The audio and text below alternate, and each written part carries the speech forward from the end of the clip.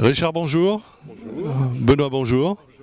Donc, Richard, vous êtes le secrétaire général de l'Univem. Oui, voilà. Jusqu'à nouvel ordre, oui. Donc, c'est votre 4e participation ici à Vincennes-en-Ancienne pour la traversée estivale. Tout à fait. Grâce à l'implication de Benoît Laverne, qui est un peu à l'origine de l'attrait de l'Univem vis-à-vis de cette prestation. Donc, c'est un peu à lui qu'il faut redonner les remerciements. Benoît, merci de nous présenter tous ces véhicules. Nous, on ne fait pas la traversée, on vient directement ici. On vient exposer nos véhicules et tous les ans, on a un thème. Cette année, on a choisi le bivouac 2e DB pour montrer un peu aux visiteurs ce que c'était qu'un bivouac des combattants qui étaient en campagne. Voilà. Alors, derrière nous, bien sûr, véhicule mythique, c'est la Jeep Willys, hein, Richard? Alors, je rectifie. J'apporte un commentaire. Quand j'étais gamin, ma Dinky Toys, c'était une Willys. Et j'ai découvert longtemps après qu'il n'y avait pas que Willys. Le Moskitch. Ah, vous oubliez un nom. Ah oui, le 3e. Ford. Voilà. Ford a fabriqué beaucoup de Jeep en quantité inférieure à Willys, mais Ford avait une particularité, c'est que sur chacune des pièces qu'il fabriquait, il mettait son estampille, le F stylisé. Ce qui fait qu'aujourd'hui, les puristes ne rêvent que de Ford. Les boulons Ford, les ressorts de lame de ressort Ford, les caisses de... tout Ford, avec le F. Donc ils ne rêvent que de ça. Ça c'est pour les puristes. Ça c'est pour les puristes. Moi, une Jeep c'est bien. Voilà. Et pour moi c'est ni Ford ni Willys, c'est une Jeep. Voilà. C'est le symbole. Exact. La libération, tout, voilà. Tout ce qui s'est passé. Voilà. C'est ça. Alors, donc aujourd'hui pour cette édition, vous nous avez amené effectivement spécifiquement des véhicules pour la 2e DB. Notamment, on va aller la voir tout à l'heure, c'est une cantine roulante. Oui, alors la cantine roulante, elle a une particularité. Ce sont les Américains qui l'ont emmenée en France, mais ce sont les Français qui les ont vendus aux Américains avant la guerre. Les Américains nous les ont achetés parce qu'ils la trouvaient très bien. Et quand ils sont revenus nous libérer, entre autres, eux, ils sont revenus avec nos roulantes, dont celle-ci. Donc les moitié américaine et moitié française. Elle a traversé l'Atlantique et elle est revenue. Dans les deux sens. Voilà. On l'aime bien. Voilà. Et on la présente autant qu'on peut. Alors on va la voir, on va tourner à 180 degrés pour la voir. Et Benoît va être celui qui va vous la présenter en détail. Voilà. Alors Benoît, parlez-nous de cette cantine roulante. Alors elle existait déjà à la Première Guerre. Oui. Et elle avait des roues en bois et tirées par des chevaux. Oui. Ensuite, ils ont gardé la caisse et ils ont adapté un châssis avec des roues plus récentes de façon à pouvoir transporter, tracter derrière des véhicules. Mais je pense que c'était plutôt 2e DB. Les Américains, eux, faisaient leur popote dans les GMC. D'accord. Donc c'était plutôt 2e DB. Alors, derrière nous, on a un véhicule amphibie. Oui. Le Duck. Le Duck est sur la base du GMC, châssis et moteur. Et ils ont fait cette série de Duck au départ quand il n'y avait pas le port artificiel. Les bateaux étaient en mer, ancrés, et les Ducks faisaient la navette entre les bateaux et la plage pour transférer le matériel qui partait ensuite dans des GMC ou l'international qui est derrière nous là. Alors là, un panel aussi également de toutes les Jeeps. On a les US Army et puis les grises là. À l'Univem, on n'est pas sur une compagnie bien particulière. Chacun fait un peu ce qu'il veut avec sa Jeep. Certains préfèrent avoir des Jeep Navy. Au club, on a une Jeep SAS là, pour montrer aux gens comment étaient les Jeeps des commandos dans le désert.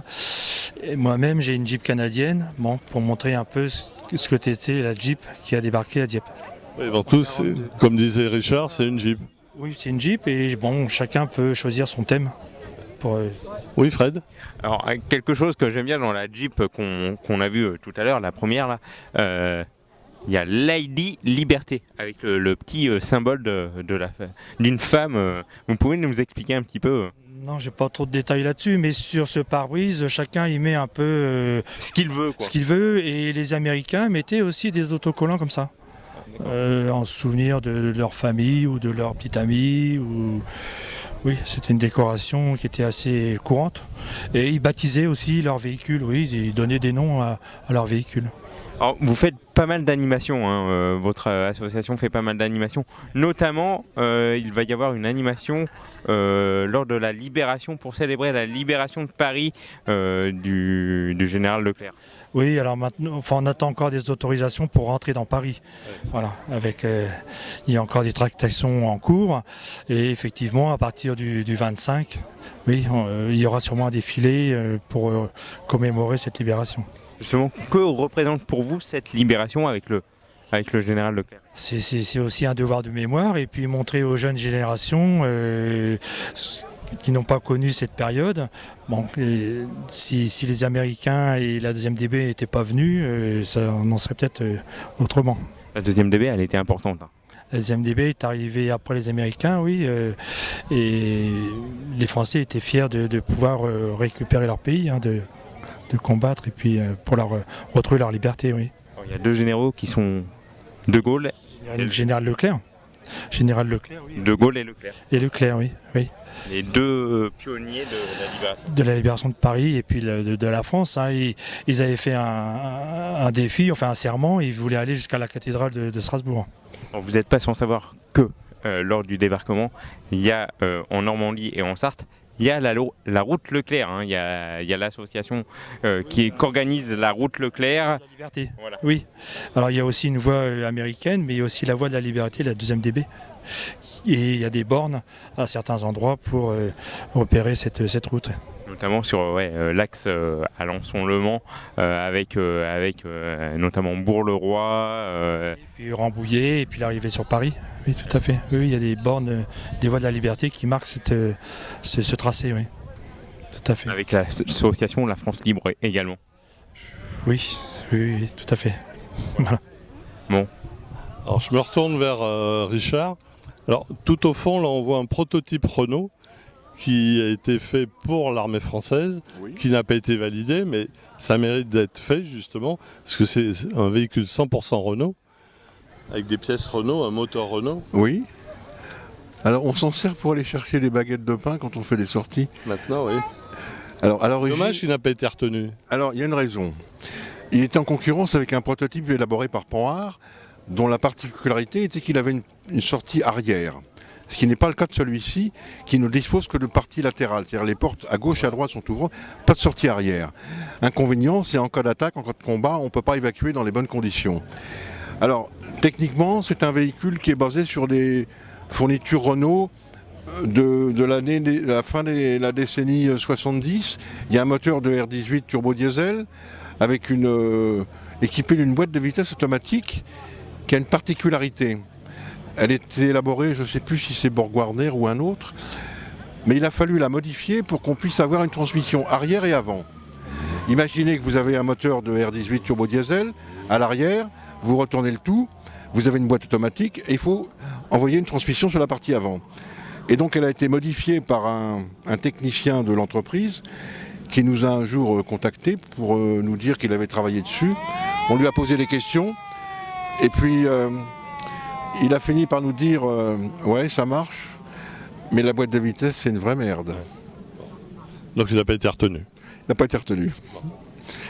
Mais c'est pas de la faute de Renault, c'est la faute de la conception du prototype. Et l'avantage aussi, c'est que Renault, quand il a quitté l'île Seguin, a dit voilà, faut débarrasser, alors on vous le donne ou on le met à la ferraille. Ouais. Donc on a choisi la première option. Normal. En tout cas, Benoît et Richard, merci mille fois chaque année de nous amener tous ces véhicules. Et comme disait Benoît tout à l'heure, surtout pour ce grand devoir que tous ont les Français, justement, ce devoir de mémoire. C'est important. Donc Richard, là, on est sur un M16. M16. Alstrac M16. C'est anti-quoi? Anti-aérien, les canons? Anti-aérien. Engin très efficace, surnommé par les Américains hachoir à viande. C'est vrai que les 4 mitrailleuses en tir horizontal... C'était quel calibre? Je crois que c'est du 12-7, mais je ne suis pas un grand spécialiste des armes. Alors bon, la mécanique quand vous voulez, mais les armes, je ne m'avancerai pas trop. Mais on peut trouver quelqu'un qui pourra vous répondre. Alors, pour information, les mitrailleuses sont fausses. Tant mieux ou tant pis, ça dépend de votre point de vue. La législation, on ne peut pas se promener avec tout type de véhicule avec des mitrailleuses qui fonctionnent. On a intérêt quand même, pour des raisons classiques, à rester dans les clous au niveau de la loi. C'est normal.